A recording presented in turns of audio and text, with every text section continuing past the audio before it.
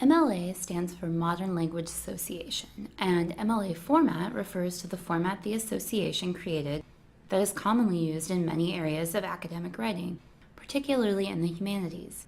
In this video, we'll go over the defining aspects of MLA formatting and citation style, though it's important to note that updates are made to the style from time to time, so you should consult an updated style guide to make sure you're up to date before you begin your paper. First, let's start with formatting. Bear with me here if any of this seems like review. It's all in the name of being thorough and accurate. Remember that you should always consult your paper's prompt to see if your instructor requires any deviations from the traditional MLA formatting. Since she's the one giving you the grade, it's important to follow her instructions above any others when it comes to your paper.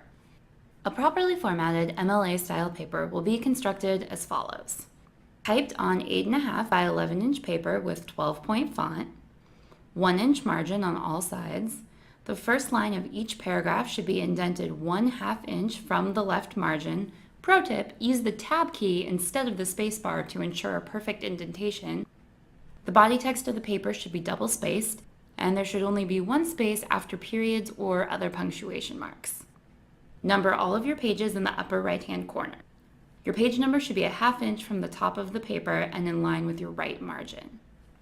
There's some specific formatting requirements with regards to the first page of your paper that I want to cover before we move on to the rules of MLA citation. Let's take a look at this sample. You'll notice in the upper left-hand corner of the page, I've listed my full name, the name of my instructor, I like to pretend I'm a student at Hogwarts whenever I can, my course name and number, and the date. Like the rest of your paper, this should be double-spaced. In the upper right-hand corner, you'll notice my last name and the page number. The title of your page should be centered and not use any special formatting, no italics, bolds, all caps, etc. MLA is typically light on that kind of formatting unless you're referring to a specific publication, in which case you should italicize the publication name. I know it's fun to use italics and all caps for emphasis in email or text, but it's not standard practice in MLA. The next defining characteristic of MLA style we're going to cover is in-text citations. In-text citations are important for ensuring that you properly credit your sources. Your instructor needs to be able to identify which parts of your paper are your own versus the work of others. Giving credit to your sources and not implying that someone else's words or ideas are yours is hugely important in academic writing. The pieces of information you'll need to know when creating an in-text citation for your paper are the name of the author or authors of the work you're citing, and the page number on which the information you're using can be found. This allows your instructor or any reader to find the source you used on your works cited page, which we'll get to in a moment, and look it up for himself, either to verify that your information is correct or to get more information on the topic you've addressed in your paper. Okay, here are a couple of different ways that MLA's in-text citations can look depending on how you introduce your source. If you're mentioning the author, your parenthetical citation needs only to include the page number. For example, according to Red, Harry Potter is a far more compelling character than Bella Swan. In this case, I've mentioned the author's name, so I only need to include the page number in the parenthetical reference. If you're not mentioning the author, you'll want to include both the author's last name and the page on which the information you're using was found. Harry Potter is considered by certain scholars to be a far more compelling character than Bella Swan. This time I didn't reference the author's name, so I include it in my parenthetical reference along with the page number.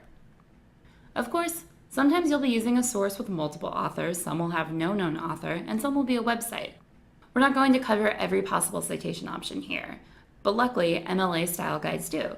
Make sure to consult one if you're not sure how to properly format a citation. Alright, moving on to the works cited page. So let's say someone discovers something in your paper, finds it riveting, and wants to consult the source you used to learn more. This person used your in-text citation to learn the source author's name, and the page on which the information you used can be found, but that's not very useful if he doesn't know the name of the publication, is it? This is where your works cited page comes in. A works cited page contains detailed information about all the sources you used to write your paper. An MLA works cited page must be carefully formatted to match MLA standards. I imagine that at this point you don't find that surprising. So let's talk about what you need. Let's take a look at the sample. Your works cited page should be a separate page at the very end of your paper, have the same 1-inch margins, double spacing, and page number format as the rest of your paper, list your citations in alphabetical order, be titled just Works Cited with the title centered, and again, the title shouldn't be bolded, italicized, or anything else of that nature. Your Works Cited page should have 1/2-inch indentations for the second and third, fourth, etc. as appropriate lines of each citation. It should also include the medium of the publication for each entry. This means print, web, film, etc. If you've used MLA citations in the past and don't remember this rule, it's because it's new as of 2009. Updates like this one are why it's important to consult a recent style guide before you begin citing. Different sources are formatted in different ways, though for the majority of sources you'll begin with the author's full name, with the last name appearing first. If your instructor requires that you use MLA or Modern Language Association formatting for your paper, you'll want to pay close attention to how your paper is structured in relation to margins, font size, and other specifications. You'll also need to include in-text citations to properly credit all of your sources, and be sure to create a works cited page that contains all of the sources you use to write your paper.